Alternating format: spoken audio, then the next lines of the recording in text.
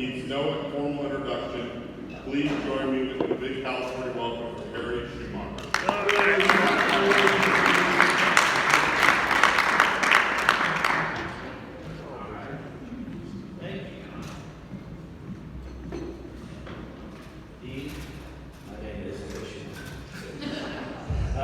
Thanks for having me again. Victoria, Rhonda, Becky, John, everybody. It's always good to be here. I decided to do something a little different this year and talk about something that I know absolutely nothing about. So if we could cue up my slides. So I knew Benj and Bump were also speaking, and they're better at numbers and trends and all that, so I didn't want to step on their toes. So I thought, what am I going to talk about? I thought it needs to be something that's the distributors are thinking about and talking about, and also something that I need to learn a lot more about. So of course, we need to do some research and to see what's going on. So, but before I get into that, there is one trend that I want to talk about that I haven't talked about before, except for maybe 100 times this lunch. Okay? This is my last speech of the year. I promise after this I'll let it go. But I'm still going to talk about it just for 30 seconds. And that is, we are still getting killed by spirits. And it's getting worse and worse and worse. And finally, I went to Danny Brager this week and I said, I've been saying this for a year, but I need something to back me up. And so what we have here, this is a rolling 52 weeks, which is, I think, a great arbiter of information because there's no spikes in the data. It's got every data point has a year behind it. And we're seeing basically from August of last year to now, which is about a year and a half, we see the purple line is spirits, and we see their dollar sales increases continuing to get higher and higher, and we see beer, wine, and total store kind of just drifting along. Now you see beer did do a little spike here, and what is that? Seltzer, obviously, so at least we have something. You know, one of the things that I've been harping on, and this may not be the last time I say it, but I'll tell you, is that we're not talking about spirits, people. What are we talking about? Tito's. Tito's! When you're talking about spirits, you're not talking about spirits. You're talking about one brand. And look, these are the top 5 SKUs in Tito's growth. And given this is only off-premise, and it doesn't tell the whole story, but 4 of the top SKUs are Tito's SKUs. There's not any other spirit brand that has more than one SKU up there. 4 of the top 13 are Tito's. Guess what? Tito's only has 4 SKUs. Okay? So all of them, airplane ball doesn't work up there, sorry. Every other SKU that Tito's has is in the top 13 growth. If you look at what brands are growing, it's Tito's, the numbers aren't there. Tito's is growing far faster than any other brand up there, and every other brand, except for Kettle One, is basically a whiskey or tequila. True whiskeys and tequilas are growing. They're growing faster than beer. But let's face it, Tito's is the one that's driving this. That is why hard seltzers are doing so well, because it's Tito's in a can. So, enough with that. I broke my microphone. We'll get started on this later. Right here. All right, so let's get into what we're going to talk about. Now, I know everybody's talking about, millennials and Gen Z. We're all talking about, I'm just going to go through it real quick, because there's some old people I noticed in the room that may not know what we're doing. Now, this is what the millennials and Gen Z love, okay? They love extreme, they love cannabis, they love texting, they love social media, they love Reddit, they love, that's my Beyonce's Instagram right there, and they freaking love their dogs and helping others. Now, when I say they love their dogs, I sat here on a patio for an hour and a half right before I came here. I saw no less, Marina was with me, than 20 young women walking their dogs, did we not? That's true. So, and I'm like, don't people work? It's a Thursday. Here's a tweet from Allagash this week that went viral. Allagash is making hats for dogs and selling them. And they're selling a shitload of them. I think that's why the tap rooms are doing so well, is because they love dogs. So, no, and guess what Tito's has? Not all the billboards. Tito and a dog.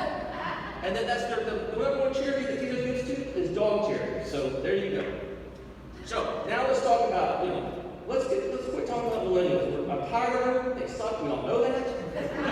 But if you got millennials stuff, wait till you see Tennessee. Millennials on steroids. Okay? Millennials talked a lot about all the shit. Oh, we're into health and wellness, but we still drink 200-calorie craft beer, and we smoke Marlboro Reds, and we drink. We don't like big corporations, but we still drink at Starbucks, right? We don't, blah blah blah. Gen Z, they don't smoke cigarettes; they just smoke Juul, which, by the way, got rid of their #1 flavor today, mint flavor, and the feds are coming down, so that's wait for that. A lot of the C-store dollars are going toward this, okay? Any dollar you spend on this, it's right out of here. All right, Gen Z, it's getting winded. Woo! Do you have those paddles? Ready? All right, so if you look at what Gen Z does on the internet, I think it's good news to you. YouTube is one of the oldest social media platforms out there. Guess what? That is where they are. That is where they are. YouTube, #1 by far. Then TikTok. If you're not on TikTok, don't get on it. You're too old. I'm on it, and trust me, I look like a grandpa pedophile. It's terrible. But TikTok, it's owned by the Chinese. Do not give them your real name or your birthday. So, if you look at this is just a stat. YouTube is the most visited website by people age 18 to 24. It's the Gen Z's most visited website is YouTube. And by 2020, which is by my count is like 2 months away, Gen Z will make up 40% of online traffic. They don't make up 40% of the population, okay? These people are on their phones constantly. So this is where they are. And trust me, this is going to get back to my topic of Amazon distribution. Just wait for it. All right. So, obviously these are the things that Gen Z are not interested in. And again, millennials said they weren't interested in these things, but now they're getting fat and they're getting married, okay? And now they're kind of starting to buy houses and they're buying cars and stuff. Gen Z is definitely not interested. Will not find one in Applebee's, I can assure you. And, even live sports is not, it's kind of dying on the mind of these young people. Now, another thing that millennials and Gen Z, they hate old people. Hate them. I know this from experience. If you've ever looked at my Twitter feed, anything I say, the most benign thing in the world, I'm called an old, redneck, racist, fart, whatever. And they hate old people. And this is just, I like this guy. And this is just, I see this kind of stuff all the time. They blame us for everything. So, how does this instruct us as beer marketers? Well, we know this is what the brewers have to deal with for the most part. Millennials, they walk the walk, they talk the talk. I mean, millennials, they talk the talk, but Gen Z walks the walk. Experience matters. That's why live events are so popular.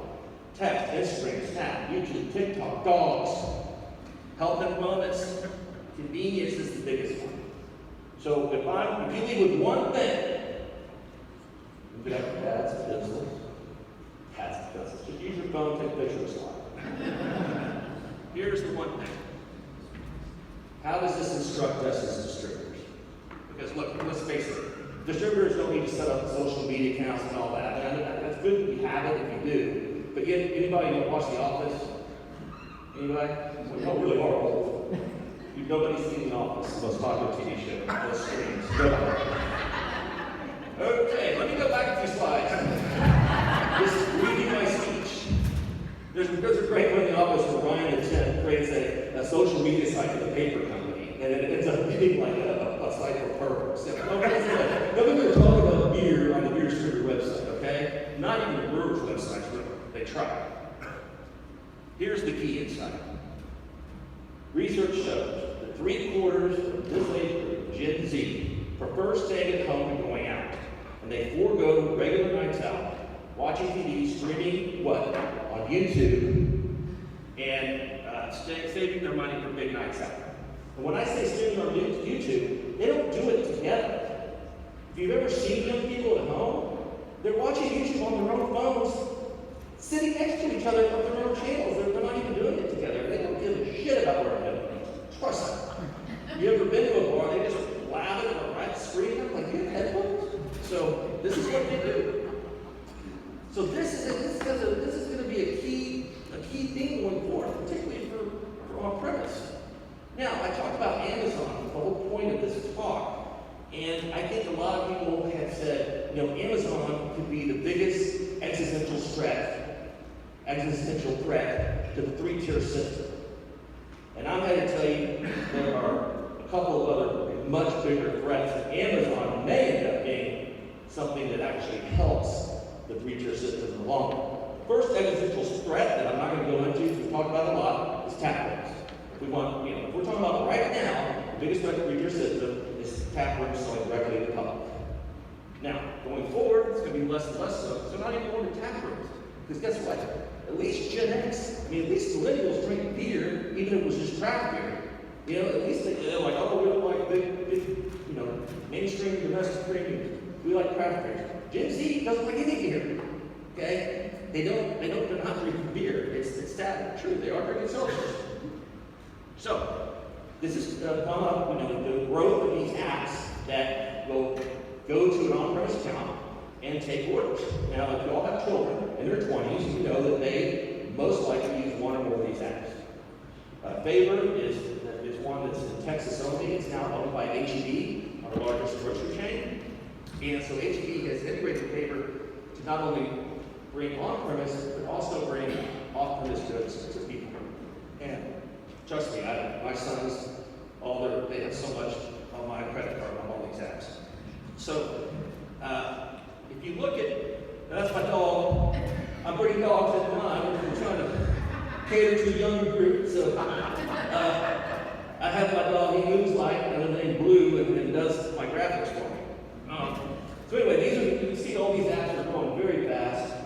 DoorDash is no more growth, but hey, he's back in DoorDash and those brilliant people at SoftBank who just lost $9 billion on WeWork. So we'll see how that goes. So here's a quote from a major on-premise chain in the Southeast. She's also speaking at my summit, Lacey Lauderdale. She's the beverage buyer. And she says, look, when delivery service came out, our food and sales increased. That was good. But our beverage sales decreased, and our in-dining decreased by the same amount. Instead of going to sit at the bar, get a beer or drink, and wait on your meal, there was no interaction with the consumer at the restaurant. I think it's a no-win situation. I worry about beverage sales declining even further. And she's right. And here's another on-premise retailer with a couple of different concepts, also in the Southeast. Aaron Hahn, AC Steakhouse, Rack's Barbecue Burgers. He has a little brighter thing to say. If I can up that average check by giving them something like that, talking about beverage alcohol, I think it's a tremendous opportunity. But the legislation has to change because my license won't allow that right now. What he's talking about is having Grubhub come pick up a couple of beers, 2 cats on it, and take it out with the food. Liability is a huge thing. We have to push that onto the food delivery service because whoever's personally handing it to them, hopefully, that's who's liable for it. Again, a lot of laws have not caught up with this concept yet. And if you wonder why people are drinking less, it's because when you go out, you're probably going to have a drink with your food. If you're ordering in, you're either going to have something in the refrigerator. If you don't, you're just going to smoke, right? So, Aaron told me that this has the possibility of putting out more than half of casual dining restaurants independent in the United States. And also, he said the other thing is, raising the minimum wage would also kill a lot of these things. But beverage alcohol is his profit center. He says he breaks even on food. When he loses beverage alcohol, he doesn't make any money. So, he goes, we have a line of Grubhub with gray shirts out the door every night. He goes, I don't want to sell any of those people alcohol, and it's hurting my business. 2/3 of U.S. restaurants offer delivery through delivery apps. The National Restaurant Association predicts that in the next 5 to 10 years, over 50% of revenue for standalone restaurants will come from either takeout or food delivery. This is not good for on-premise consumption. Travis Kalanick, the guy who started Uber, announced this morning that he's starting a new startup since he got kicked out of Uber for being a badass. And it's called Cloud Kitchens. What Cloud Kitchens does is rents out terrible space in bad parts of towns and city centers and just sets up commissary type kitchens, and restaurants can rent or hire those kitchens to make their food for only home delivery, so that they don't have to waste their expensive kitchen space in the nice part of town and then have those green shirts lined up outside the door. They can sell the food at a cheaper kitchen this way and have it shipped direct, and it doesn't bother the chefs or the wait staff at the location. He's raised, I think it was in the neighborhood of $8 or $9 billion, most of them the Saudis. That's not a small amount. That's huge. That's about what we were lost in the SoftBank lost them because we were. So this is only going to get more and more and more prevalent. And guess what? They're not going to sell out of these kitchens. Beer. Now, off-premise, we have the same thing, same kind of apps. These are all of these sell alcohol in some way, form, or another. Drizzly Minibar only sell alcohol. I have a feeling that Amazon and the Walmarts of the world may eventually either buy out or put those little firms out of business as they start getting more and more into the alcohol delivery at home business. So, I hired my dog, works for cheap, Dog Biscuits, and she wrote up this book. So, this is what we have, right? The brewery sells to the distributor. Distributor sells either to a traditional retailer or to an Amazon warehouse. The Amazon warehouse can sell the consumer to their home, but that old model was using a common carrier, and it's not same-day delivery. That really hasn't affected the beer business hardly at all. That's more of a wine play, and so that's not really the thing. Now, going forward, what we have, just starting really in the last year or so, is Amazon licensing their warehouses as retailers. So they take their warehouse where they have all their other goods and stuff, and they get a retail license for it, a liquor license, so that they're, in effect, a package store. Then they take the order off their website from the consumer, and they deliver it direct from the Amazon licensed warehouse to the consumer in 2 hours or less. So that's the next stage, right? And that's happening in a lot of cities across the country. Still not a problem with the retail system because the distributor is still selling the product to the licensed retailer. It is a problem with those independent package stores, but can't worry about everything. Now, Amazon, when they bought Whole Foods, they come up with Amazon Fresh, $15 a month. You can get your food and groceries, same-day delivery. They finally said, you know what, we're going to go big. If you're an Amazon Prime member, which almost everybody is, it's $119 a year. You can still get your groceries in 2 hours. Free. Okay? It's called Prime Now. It's in a ton of cities, and it's growing more and more and more. So, still, all goes through the retail system. But we're getting more and more into direct.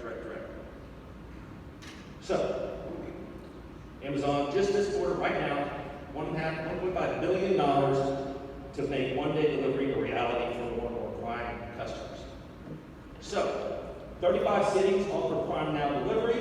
Out of those 35 cities, 13, at least that we have tracked, offer beverage alcohol as a part of that. So you can buy beer, wine, spirits, and get it delivered in 2 hours because they do it through their licensed warehouses. And these are the cities that they are currently doing it at. That's like 3 months ago, they're probably more than that now. Now, does it matter to beer sales? Again, we're still going through the three-tier system. Now, one of the things if you are reading the press is, what's the largest battery beer? Energizer, right? Duracell. And what's the largest peanut beer? It's, what's Mr. Peanut? Planters, right? There's cute little guys out there, right? Amazon doesn't spend all this big money creating adorable characters.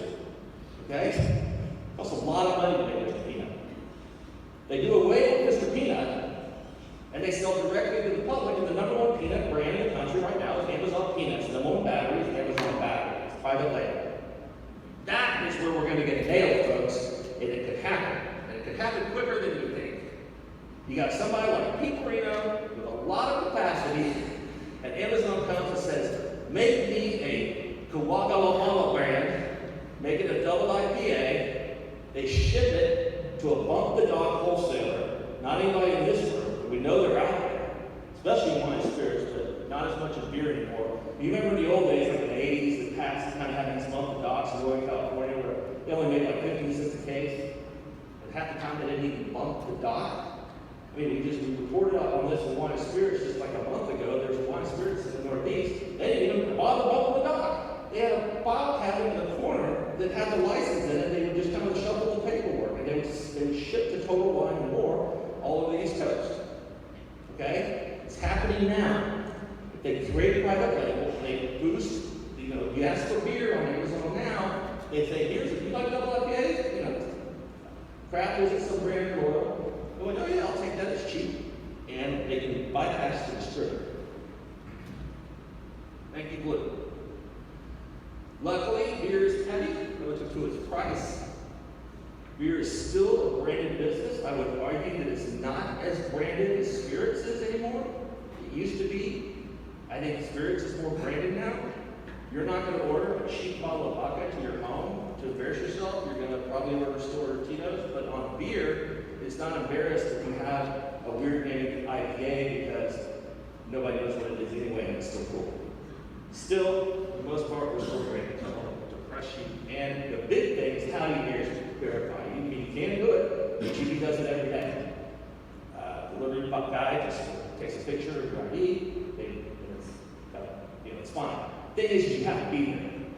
So it's not like you can just drop the package off.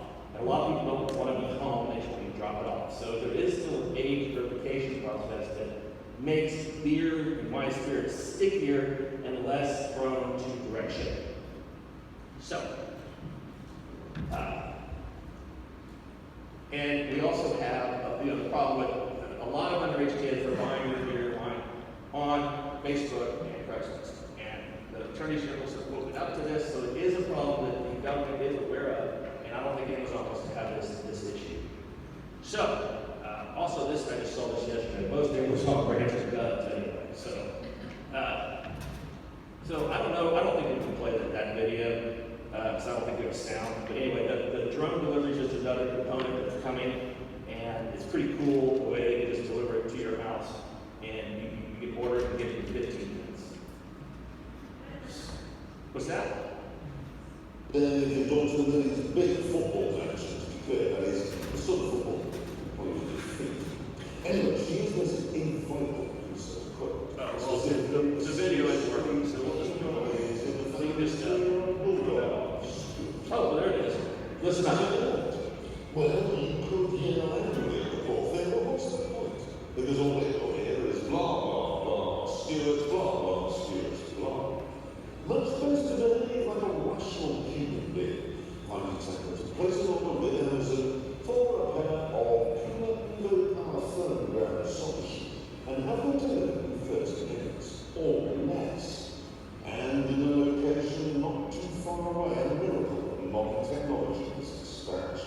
It's an innocent drone, and after rising vertically like a helicopter to nearly 400 feet, this amazing hybrid design assumes a horizontal orientation and becomes a streamlined and fast airplane. In time, we'll have family-managed drones, different designs for different environments. This one will fly for 15 miles. And it knows what's happening around it. It uses sense and avoid technology to sense and then avoid obstacles on the ground and in the air.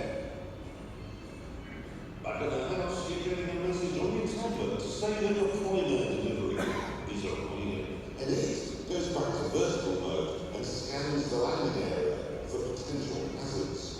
This amazing innovation then lowers itself slowly to the ground, drops off the package, and flies straight back up to altitude. And in moments later, you're walking through the door with that one new pair of pure even power firm ground soccer shoes, so sweet for Minnie. And a mother favorite jewelry shoe for naughty. Oh, balance, it is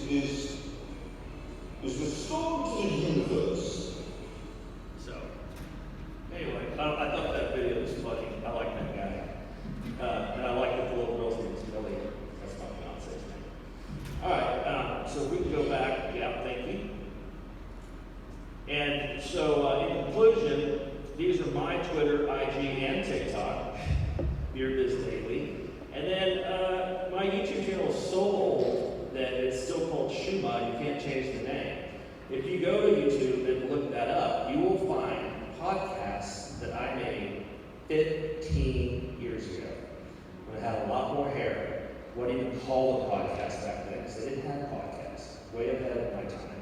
And they're very entertaining to watch because this is pre-InBev, pre-SAD Miller, pre-everything, and they're kind of funny at how, just how dumb it was. And I guess. But, so if you have, a little time for entertainment on the plane or drive back, check that out.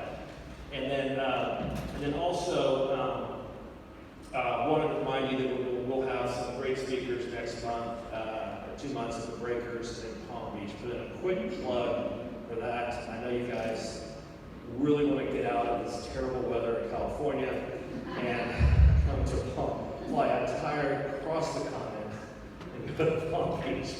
So with that, I thought I'd open it up to some questions if we have time. And you don't have to ask me just about this. You can really ask about anything. So anything? I'm not leaving. What's that? My dog's 11 years old. She likes tennis balls. Semi-retired. She likes there's a dive bar in my apartment. I call it where they allow dogs. So she goes there, and all beautiful girls love that.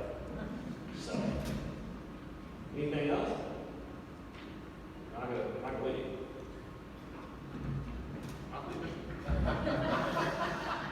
I need one more question before I leave. I can sit here all day. My flight's not till tomorrow. No? When's the wedding day? Thank you. The wedding day is October 10th, 2020. We want to rush into it. She set the date. I guess she's giving herself a little to get out. So I was so good at my first marriage. I thought, let's do it again. Try it one more time. All right. Well, listen, guys. Thank you so much. I'll probably see you at one of the receptions tonight. And thanks for having me again.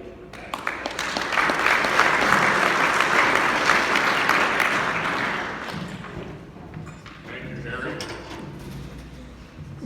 Next, we are honored to hear from our keynote speaker, Pete Marino. Pete was named president of